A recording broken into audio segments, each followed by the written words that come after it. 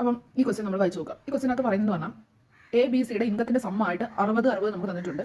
എന്നിട്ട് അവരെന്താ നമുക്ക് തന്നിരിക്കുന്നത്? എക്സ്പെൻഡിച്ചർ എന്ന് പറയുന്നത് എയുടെ എക്സ്പെൻഡിച്ചർ അയാളുടെ ഇൻകം എന്ന് പറഞ്ഞാൽ എപ്പോഴും 100% സോ അതിന്റെ 80% അയാളുടെ എക്സ്പെൻഡിച്ചർ. അപ്പോൾ സേവിങ്സ് ഓട്ടോമാറ്റിക്കലി നമുക്ക് പറയാം 20%. ഇനി ബിയുടെ കേസ് പറയുകയാണെങ്കിൽ ബിക്ക് 100% ബിക്ക് ഒരു ഇൻകം ഉണ്ട്, അതിന്റെ 85% അയാളുടെ എക്സ്പെൻഡിച്ചർ. അപ്പോൾ അയാളുടെ സേവിംഗ് എത്രയായിരിക്കും? 15%. സിയുടെ കേസിലാണ് സിക്ക് ഒരു വരുമാനമുണ്ട്, സി അതിന്റെ 75% എക്സ്പെൻഡിച്ചർ ആയിട്ട് കളയുന്നു, 25% ലാഭം എടുക്കും. അപ്പോൾ ഇതാണ് ഇതിന്റെ സ്ട്രക്ചർ. നമ്മളിപ്പോൾ Z 60 എന്ന് പറയുന്നുണ്ട്. ഇതിന്റെ തമ്മിലുള്ള റേഷ്യോ, ഇവിടുത്തെ റേഷ്യോ എഴുതുവാണെങ്കിൽ ഇത് 5:6:9 ആണ്. അതായത് സേവിങ്സിന്റെ റേഷ്യോ 5:6:9 ആണെന്ന് തന്നിട്ടുണ്ട്. സോ നമ്മുടെ ചോദിച്ചിരിക്കുന്നത് നമുക്ക് രണ്ട് കാര്യങ്ങൾ അവർ തന്നിട്ടുണ്ട്, കുറേ ഡേറ്റകളുണ്ട്. നമ്മൾ ഇതിൽ നിന്ന് എന്ത് ചെയ്യണം? എക്സ് വൈ സെഡിന്റെ യഥാർത്ഥ വാല്യൂ കണ്ടുപിടിക്കണം. നമുക്ക് ഈ റേഷ്യോ ഉണ്ട്, അതിന് കറസ്പോണ്ടിങ് ആയിട്ടുള്ള വാല്യൂസ് ഉണ്ട്. ഇവിടെ നമുക്ക് എക്സ് വൈ സെഡിന് റിലേഷൻ കണ്ടുപിടിക്കാം. നമുക്ക് 20% ഓഫ് എക്സ് അല്ലേ ഇവിടുത്തെ 5 പാർട്ട് എന്ന് പറയുന്നത്. അപ്പം എക്സ് അഥവാ എക്സ് എന്ത് വരും? 5/20% ഓഫ് എത്ര പാർട്ട് വാല്യൂ ആണല്ലോ. സോ അത്രയും ഇതുപോലെ ഞാൻ വൈയുടെ എഴുതി എങ്ങനെ വരും? Y = വൈയുടെ റേഷ്യോ ബൈ വൈയുടെ ശതമാനം ഇൻറ്റു പാർട്ട്. ഇസഡിന്റെ എഴുതി Z = ഇസഡിന്റെ റേഷ്യോ ബൈ ഇസഡിന്റെ ശതമാനം ഇസഡിന്റെ പാർട്ട്.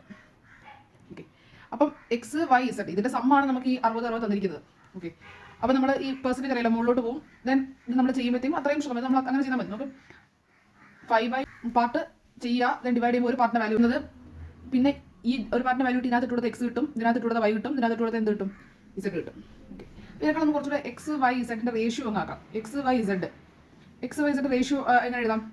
ആദ്യം ഇവരുടെ പാർട്ടങ്ങ് വെട്ടിപ്പോയി, പെർസെൻറ്റേജും വെട്ടിപ്പോയി, ഡിനോമിനേറ്റർ കിടക്കുന്ന ഈ പെർസെൻറ്റേജും ഈ പാർട്ടുകളും വെട്ടിപ്പോയി കഴിഞ്ഞാൽ എക്സ് ഡിനോമിനേറ്റർ പോകാൻ വേണ്ടി എന്ത് ചെയ്യുക? താഴത്തെ ഡിനോമിനേറ്റർ LCM കൊണ്ട് മൾട്ടിപ്ലൈ. LCM എന്ത് വരും? 25 മൾട്ടിപ്ലൈ പോകണം. അപ്പോൾ 25 മൾട്ടിപ്ലൈ ഫസ്റ്റ് മൾട്ടിപ്ലൈ 50 ആണ്. 50 കൊണ്ട് തന്നെ പറ്റത്തില്ല. പിന്നെ ഇവിടെ നമുക്ക് 0 കിടക്കുന്നുണ്ട്. എന്തായാലും 25ന്റെ ഈവൻ മൾട്ടിപ്ലിസി വരും. കാരണം 25ന്റെ ഈവൻ മൾട്ടിപ്ലിസി 0 അവസാനിക്കും. ഇപ്പം തന്നെ ഉണ്ടോ 2 × 25 50 വരും. ഇനി 4 × 25 അടുത്ത 0 അവസാനിക്കും. അതുകൊണ്ട് നമുക്ക് 50 മൾട്ടിപ്ലൈ പോയാൽ മതി. 50 പറ്റത്തില്ല. അപ്പോൾ അടുത്ത മൾട്ടിപ്ലൈ 100 നോക്കുക. 100 പറ്റും. സോ അതുകൊണ്ട് തന്നെ 100 കൊണ്ട് മൊത്തം ഡിവൈഡ് ചെയ്യുന്നു. സോറി, അപ്പോൾ 100 പറ്റും. 100 കൊണ്ട് മൊത്തം മൾട്ടിപ്ലൈ ചെയ്യുന്നു. അപ്പോൾ ഇങ്ങനെ ഒന്ന് പാർട്ടാണ് നമുക്ക് തന്നിരിക്കുന്ന 60. നമ്മൾ ചോദിക്കുന്നത് ഓരോന്ന് കണ്ടുപിടിക്കണം. സോ ഒരു പാർട്ട് എന്തായിരിക്കും?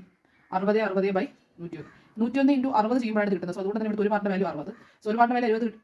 സോ ഒരു പാർട്ടിന്റെ വാല്യൂ 60 കിട്ടും. 25 പാർട്ട് എന്ന് പറയുന്നത് 25 × 60 1500. 40 × 60 2400. 36 × 60 21 60 216 0. ഇങ്ങനെ നമുക്ക് വരും. ഇവിടെ നിന്നിരിക്കുന്നത് എന്താണ്? ഇൻകമാണ്. ഇൻകത്തിന്റെ സമ്മ ഒരു ക്വസ്റ്റൻ ഓൾറെഡി പറയുന്നുണ്ട് 60 ആണ്. സോ അതിൽ അവസാനം, അതായത് സിയും ഡിയും 60 വരത്തില്ല, എയോ ബിയോ ആയിരിക്കും ഉത്തരം. അതിൽ തന്നെ ഫസ്റ്റ് ഓപ്ഷൻ എടുത്ത് 20% ഓഫ് എത്ര? 20% ഓഫ് അവർ തന്ന 1500. ഇത് ചെയ്ത് നോക്കുന്നു. ഈ ഒരു കാരണം നമുക്ക് ഇതൊന്നും ഇതെല്ലാം നമ്മൾ കണ്ടുപിടിച്ചത് ക്വസ്റ്റൻ തന്നിരിക്കുന്ന കാര്യം നമ്മൾ ചെക്ക് ചെയ്യുന്നു. അപ്പം തന്നെ നമുക്ക് എന്ത് പോയി? സിയും ഡിയും എലിമിനേറ്റ് ചെയ്ത് പോയി. പിന്നെ എ ആണോ ബി ആണോ നമ്മൾ ഡൗട്ട്. സോ 20% ഓഫ് ആദ്യത്തെ ഇൻകം, 50% ഓഫ് രണ്ടാമത്തെ ഇൻകം നോക്കുന്നു. 15% ഓഫ് രണ്ടാമത്തെ ഇൻകം, എന്നിട്ട് 25% ഓഫ് മൂന്നാമത്തെ ഇൻകം 2160. എന്നിട്ട് നമ്മൾ ഈ റേഷ്യോ മെയിൻറ്റെയിൻ ആവുമെന്ന് നോക്കുന്നു. അപ്പം ഇവിടെ ഈ റേഷ്യോ കിട്ടുന്നുണ്ട്. രണ്ടാമത്തെ ഓപ്ഷൻ എടുത്ത് ചെക്ക് ചെയ്ത് നോക്കുമ്പോൾ ഈ റേഷ്യോ വരുന്നില്ല. സോ അതുകൊണ്ട് തന്നെ മനസ്സിലാക്കാം ഒന്ന് തന്നെയാണ് അതിന്റെ ആൻസർ, ആണ് ഉത്തരവ്.